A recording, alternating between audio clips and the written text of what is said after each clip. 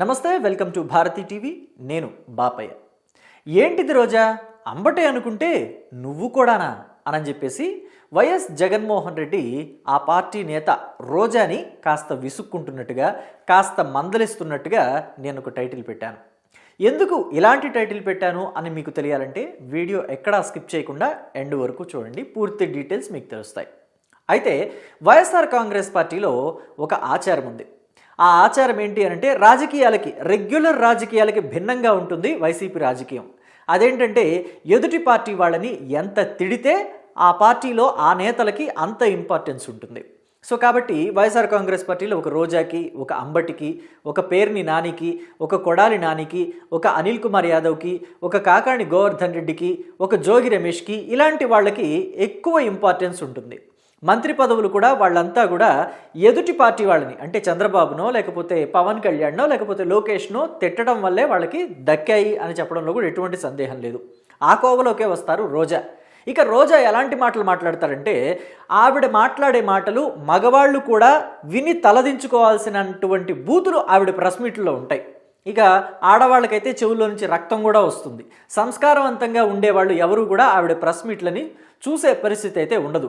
ఎప్పుడు ఏ బూతు మాట్లాడతారో, ఏ double meaning డైలాగులు వేస్తారో అర్థం కాని పరిస్థితి. బి గ్రేడ్ సినిమాలు అనుకుంటారో ఏమో రాజకీయాలని ఆవిడ తెలియదు, కానీ బి గ్రేడ్ సినిమాల్లో వాడే నీచమైన డైలాగులు, డబుల్ మీనింగ్ డైలాగుల్ని కూడా ఆవిడ ఇక్కడ రాజకీయాల్లో సభా వేదికల మీద వాడిన సందర్భం ఉంది, అలాగే ప్రెస్ మీట్లో కూడా వాడిన సందర్భం ఉంది. సో ఇదంతా పక్కన పెడితే వైసీపీలో ఒక రాజకీయం ఉంది, ఒక రూల్స్ అండ్ రెగ్యులేషన్స్ కొన్ని ఉంటాయి. అవి మిగతా రాజకీయ పార్టీలకి, మిగతా రాజకీయాలకి భిన్నంగా ఉంటాయి అని చెప్పుకున్నాం కదా. వాటిల్లో రూల్ నెంబర్ 1 ఏంటంటే ఎదుటి వాళ్ళని తిట్టడం అని చెప్పుకున్నాం.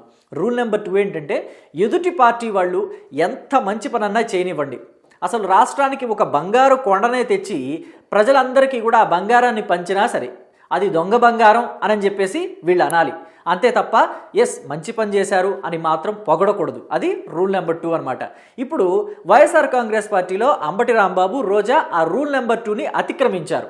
ఎందుకు అతిక్రమించారు అనంటే వాళ్ళకే తెలియనంత తన్మయత్వంలోకి వెళ్ళిపోయారు.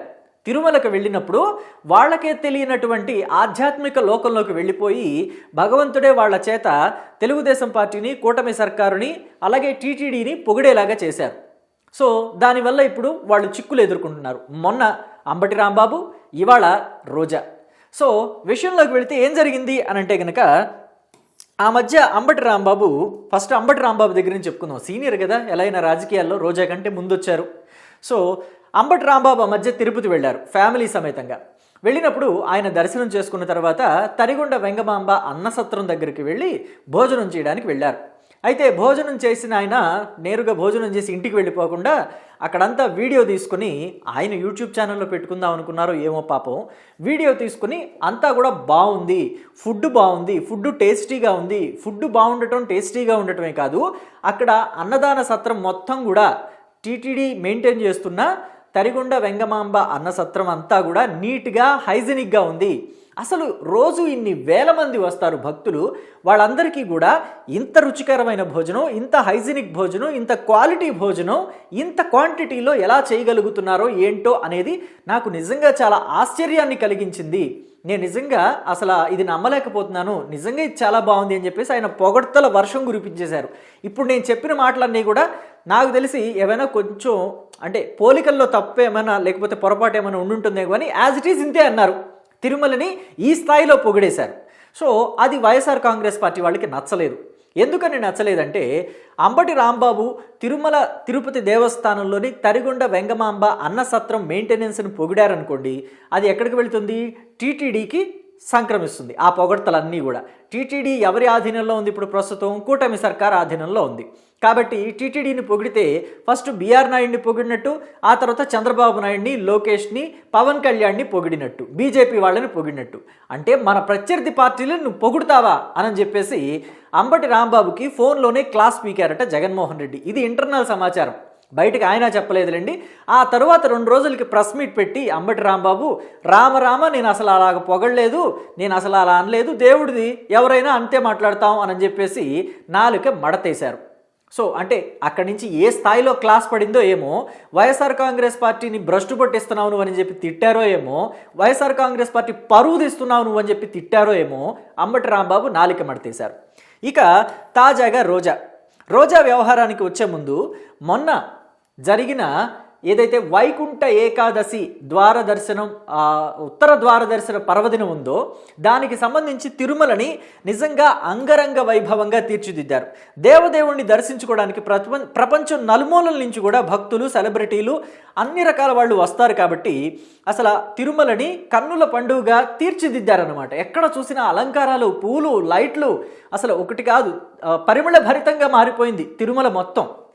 సో చెప్పాలంటే ఎలాంటి వాళ్ళు వెళ్ళినా సరే ఆ తన్మయత్వంలోకి, ఆ ఆధ్యాత్మిక లోకంలోకి మునిగిపోవాల్సిందే.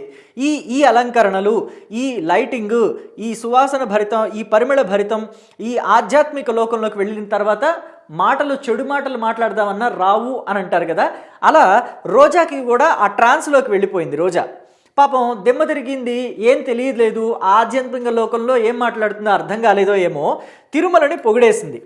టీటీడీ మెయింటెనెన్స్ని ఆవిడ విపరీతంగా పొగిడేసింది. పొగిడేయటం వల్ల ఏమైంది అనంటే ఇప్పుడు వైఎస్ఆర్ కాంగ్రెస్ పార్టీకి తిప్పలొచ్చి పడింది. అయితే ఆవిడ తిరుమలకి రావటం ఇది మొదటిసారి కాదు. రోజా గతంలో అనేక సందర్భాల్లో తిరుమలకు వచ్చారు. ఆవిడ అధికారంలో అంటే వైసీపీ అధికారంలో ఉన్నప్పుడు, ఆవిడ మంత్రిగా పనిచేస్తున్నప్పుడు తంబలగా జనాన్ని వేసుకుని వెళ్ళేది ఆవిడ. ఆ జనాలందరినీ కూడా, అంటే మామూలుగా అయితే ఒకసారి మంత్రో ఎమ్మెల్యేనో వెళితే వాళ్ళతో పాటు, అంటే ఎమ్మెల్యే అయితే ఇంతమందిని, మంత్రి అయితే ఇంతమందిని తీసుకువెళ్ళాలని ఒక పరిమితి ఉంటుంది. ఆవిడ ఆ పరిమితికి మించి ఒక మందనైతే వేసుకువెళ్ళిపోయేది. మందనంతా వేసుకుని లోపలికి వెళ్ళి దర్శనాలు చేయించి వాళ్ళని బయటికి తీసుకొచ్చేది. మళ్ళీ అక్కడ ఫోటోషూట్లు, ఆ ఫోటోషూట్లు కాక రాజకీయాలు తిరుమల కొండ మీద మాట్లాడొద్దు, తిరుమల కొండ మీదకి వచ్చిన తర్వాత దేవదేవుణ్ణి స్మరించుకోవటం, ఆ కలియుగ వెంకటేశ్వర స్వామి నామజపం చేయటం తప్ప ఇంకేం చేయకూడదు అనే రూల్స్ ఉన్నప్పటికీ కూడా తిరుమల కొండ మీద రోజా అనేక సార్లు రాజకీయాలు మాట్లాడారు. సరే, మాట్లాడింది పో, అదంతా పక్కన పెడదాం. కనీసం దానికి సంబంధించి రూల్స్ని పాటించకపోయింది, అది పక్కన పెడదాం. అయితే కనీసం వైఎస్ఆర్ కాంగ్రెస్ పార్టీ మెయింటెనెన్స్ని ఏనాడన్నా పొగిడిందా? ఏనాడన్నా జగన్మోహన్ రెడ్డి హయాంలో తిరుమల తిరుపతి దేవస్థానం ఎంత అంగరంగ వైభవంగా ఉంది, ప్రతి పండుగని అసలు దానికి సంబంధించి తిరుమలలో చేస్తారు కదా, నవరాత్రులు, దసరా ఉత్సవాలు చేస్తారు కదా, స్వామివారికి ఎన్ని రకాల వాహనాల సేవలు చేస్తారో, ఎన్ని రకాల పూజలు చేస్తారో, ఎన్ని రకాల పునస్కారాలు చేస్తారో వాటన్నిటిని ఏనాడన్నా పొగిడిందా? వైసీపీ హయాంలో ఇలా చేస్తున్నాము, ఎంత బాగుందో, అసలు తిరుమలకు వస్తే నేను వైకుంఠానికే వెళ్ళినట్టుంది, తిరుమలకు వచ్చినట్టు లేదు, ఏకంగా వైకుంఠంలో వెంకటేశ్వర స్వామిని దర్శించుకున్నట్టుంది, తిరుమలకి వెళ్ళి స్వామివారిని దర్శించుకున్నట్టు లేదని ఏనాడన్నా చెప్పిందా? చెప్పలా. సో ఇప్పుడు అది ఏమైందంటే వైఎస్ఆర్ కాంగ్రెస్ పార్టీ ఏనాడు ఇంత మంచిగా తిరుమలని తీర్చిదిద్దలేదా? అందుకే రోజాకి ఆనాడు ఎప్పుడు కూడా అలా అనిపించలేదా? ఇప్పుడు కూటమి సర్కారులోకి వచ్చిన తర్వాత, కూటమి సర్కారు అధికారంలోకి వచ్చిన తర్వాత, అధికారం చేపట్టి ఇక్కడ టీటీడీని వాళ్ళ చేతుల్లోకి తీసుకున్న తర్వాత మెయింటెనెన్స్ అంత బాగుండటం వల్లే రోజాకి తెలియకుండా రోజానే ఇలా మాట్లాడేసింది అని చెప్పేసి అంతా మాట్లాడుకుంటున్నారు. ఈ దెబ్బతోటి రోజా మాట్లాడిన మాటలు వైసీపీని పులుసులో పడేశాయి.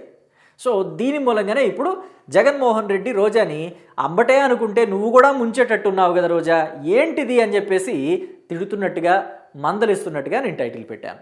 సో మరి రోజా ఒక అంబటి తిరుమల వెళ్ళి వాళ్ళకి తెలియకుండానే ఒక ఆధ్యాత్మిక లోకంలోకి వెళ్ళిపోయి వాళ్ళ నోటంటే వాళ్లే నిజాలు చెప్పేశారు. మరి ఈ నిజాలు చెప్పడం పట్ల మీరేమంటారు? మీ అభిప్రాయాన్ని కామెంట్ బాక్స్లో తెలియచేయండి. Thank you.